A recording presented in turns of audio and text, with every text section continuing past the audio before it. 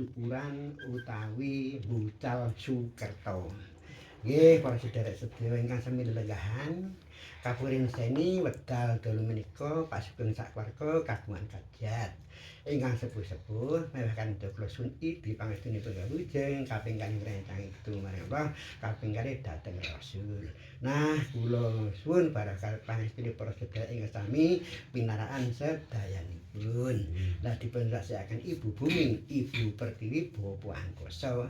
Lah niki kawonten asan cekul siji ulam sari wedal saking saring bumi saking saring tuyakun dipunake saperlu. Nggih menika nglujengi putrane kagungan Sukerto. Lah kasebut niku wau ruwatan utawa Bucal Sukerto. Lah dipun rasaken Ibu Bumi Ibu Pertiwi kan sebagainya kaki bumi tuwa nini bumi tuwa kan tata sida ukir banjar pekawasan mriku montos sekawan gangsal kang tengah. Lah dijamak saged njagi rumus kawulidengane Pak Sugeng anggenipun niku wau ngruwataken dhateng kula mulih kalaksanan Sinuwun Rahayu Wilujeng dinten niki ngantos sakniki sampun wonten widalanipun. Lah niki sababan wonten asane kawula ingkang hormat Gusti Nabi Rasul kawula saputra temurunipun dhateng anak putu Adam semakin suprapat dan persekabat Budaya.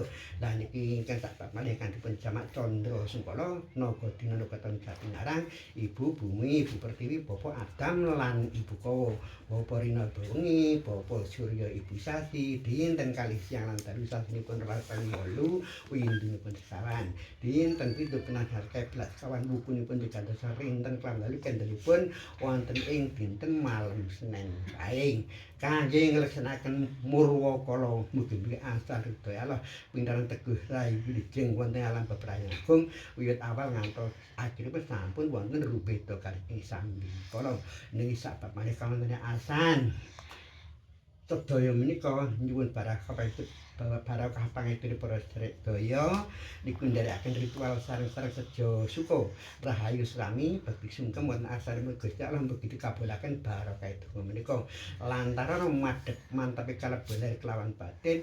Lah Pak Sugeng sak keluarga asal welase Gusti Kang Maha Kuwasa dipun tebihaken rubeda kalih ing sambi kala. Lah niki sabab menika wonten asan sedaya niki ngleksanakaken ruwatan warisan saking nenek moyang niku kasebut sangkan parane dumadi. Lah dumawah dhateng putra ingkang kagungan Sukerto Egi Maulana Fikri Najwa Azhara Arsifa Salsabila. Lah niki putra kekalih menika kagungan Sangkala. Sangkalanipun Gimbal Sukerto sepindah. Lah kaping kalihipun ruwatan niku wau Kedana Kedini. Lah menika ruwatan lambange kasekten dirawat nganggo sajen lenga kembang tupa minangka ubarampen. Lah niku kula wiwiti wonten jenang paron, jenang abang putih niku minangka paresmon wiji suci saking Gusti Allah lumantar tiyang sepuh jaler kelawan etri. Lah niku sadèrèng enten wong-wong enten tes putih teko si bapa, tes abang teko si ibu mlebet wonten saklebeting samudra Tlaga Tayung utawi Madyapada. Lah niku wau termasuk ibuke putra kekalih menika ngandhut pasih pangeran angsal setunggal sasi petrenipun golek kencana kalih sasi 3 sasi.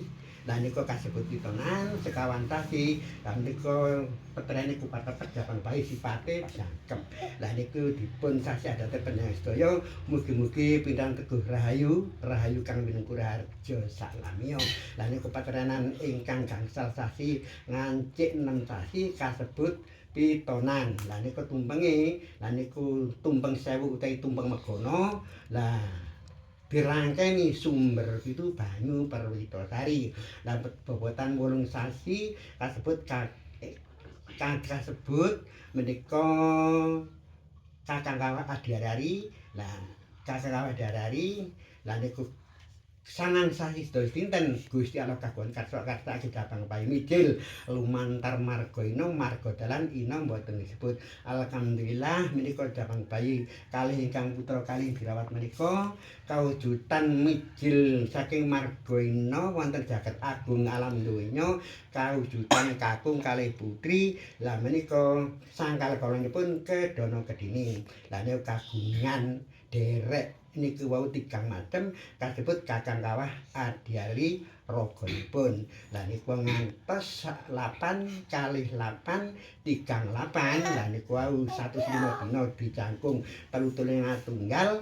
Lah niku wau sakbare 105 dina mboten diwengku sing 33 tunggal kasebut manunggaling kawula lah Gusti sampun mboten niku wau njaku kranten di kuasai sedulur papat riwa pancer amarah alwamah supiyah mutmainah. Lah jumenengipun wonten Panca Indra. Indra pucake grana, Indra wonten lesan, Indra wonten pamirsa utawi mripat, Indra wonten pamireng utawi kuping. Lah niku dipun tentremaken mugi-mugi sageta nebihaken nafsine sirik drengkilan trai sampun wonten rubeda kalih ing sambi kala.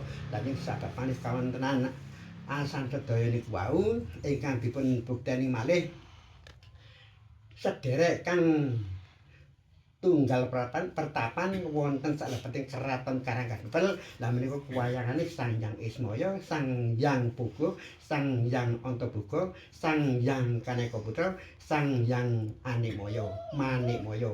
Lah niku sing sepuh niku dilungguhaken sageta jumeneng sageta njangkung putra sing dirawat menika rinten kelawan dalu wit awal ngantos akhir sampun wonten rubeda kalih ing sambi kala. Lah niki sahabat malih kawonten asan sedaya. Lah itu mung dijamak Triluka jagat telu. Jagate pamomorga sing telung bab niku sing lek wonten ndek sirah dadine Bathara Kala lan wonten ndek ati. Lah niku wau wonten ndek Indra. Lah Indra wonten telenge ati, lah terus Jana Luka wonten ndek sahabat. Lah nafsu telu nyerang bareng niku wau sami kalih tiyang momong Bathara Kala utawi Dasamuka. Lah menika ingkang kagungan niku wau Sukerta lah digamblangaken sing ridu raga pribadinipun nggih niku kula sanjangaken niku wau. Lah dipun saksakaken niku wau wonten asan jenang abang jenang putih jenang petren ingkang dipun jamak widi suci saking Gusti Allah lumantar sang Bedare Klawetri sumrambun dhateng pamomorga kang mung ragane putra sing diruwat menika rinten kelawan dalu. Sederekipun sekawan gangsal kang jumeneng kang atas kakusa dipun hulu sederek tunggal pertapan sanes panggoda kasebut kakang kawah adiari. Wa campuring toya campur siti campur darat campur api. Lah dijamak saketon njangkung rinten kelawan dalu wiwit awal ngantos akhiripun sampun ngantos wonten wida kalangipun. Lah niki sabab malih kawonten asan niku wau Pala Kepandul kados waluh utawi Pala Pendhem ingkang semendiasa. Lah nek sumrahipun dhateng putra ingkang dipun rawat utawi dipun bukteni mugi-mugi besok ingkang dewasa. Lah niku ketukulan saking ibu Pertiwi. Lah iki mugi-mugi ketukulane ngantos tukulan sing sae. Lah lek nek tandurane 8 cukuling 8, lek nek tandurane rendet niku cukulane nggih rendet. Mulane kula suwun niki sak keluarga niki diwat iki lampah kanthi lampah sing sae sampun wonten kangge nafsune sirik drengki sae kula nuwun sabar tulkal ikhlas lahir kelawan batin. Lan sabab manis kawonten asan niku wau kasebut wedang papat sega kuning damar kambang nggambaraken urip kang sejati wonten jumenenge wonten salebeting niku wau batos. Lah niku wau urip sinten sing uripi, urip dununge ndek pundi. Lah urip sing uripi ngobahaken raga awake dhewe. Lah urip sing digawe bantal nggih urip dikumpulan nggih urip. Lah urip iki monggo digoleki sing saestu. Lah kanthi laku nglakoni sabar ngantos teng pundi mawon. Lah niku tasik jinangkung kaliyan urip. Lah niku kasebut sastra Jendra Hayuningrat. Lah niku wau anggenipun ngerakit asan menika sami kasen hayu-hayuning bawana. Murid kalagipun rahayu tentrem sak keluarga wiwit awal ngantos akhir sampun wonten rubeda kalih ing sambi kala. Lah ing sabab menika wonten angin jeneng iwel-iwel. Sajen iwel-iwel niku sajene putra ingkang kagungan gimbal Sukerto nggih tugel kuncung. Awalipun niku sabda tumurun. Dadi japa mantra sabda, japa mantra gunasrana sabda. Lah niku sabda niku asale saking tiyang sepuhe. Lah japa-japune dadi wong tuwa, mantra awale niku ilmu kasekten utawi kadedayan. Lah guna migunani kangge wong agung sing wonten ing alam bebrayan agung. Lah niku wisrana disaranani menika ilmu kang luhur. Lah sakniki ilmu dilepas mugi-mugi balak sukala tinulak Gusti Kang Maha Kuwasa. Lah ingkang sampun mlebet jiwa raga lah animbulaken kekuatan katentreman kangge putra kakelih menika mugi-mugi angsal ridhoe Allah pinateguh rahayu widada saklamiya sampun wonten sambi kala menapa kaseksenan para sedherek ingkang sami pinaranjet dayanipun.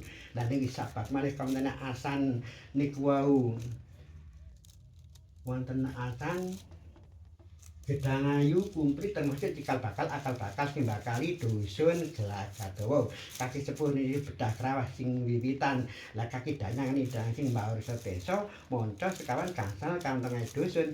Lah dijamak sageta jagung sageta mangestuni anggenipun Mas Sugeng niku wau ngruwat putrane mugi-mugi kaseksenan para dewa-dewi Bathara Betari icara balak sungkalan tidakir bilen kajunung derajate. Lan sababan wonten asan niku klopo gading.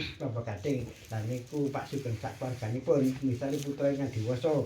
Lah niku mboten mampu sing digadang-gadang kencinge pikir kudu dilampahi raos niku wau lek ngarani cipta rasa budi karsa kedah karsane Gusti Kang Maha Kuwasa mboten karsane nafsu rayu saklamiya. Ning sabab malih kantene asan niku wau kembang setaman. Nah, kalih kembang mancawarna kangge suci kaputra kekalih menika muruh-muruh Rasulullah metu ing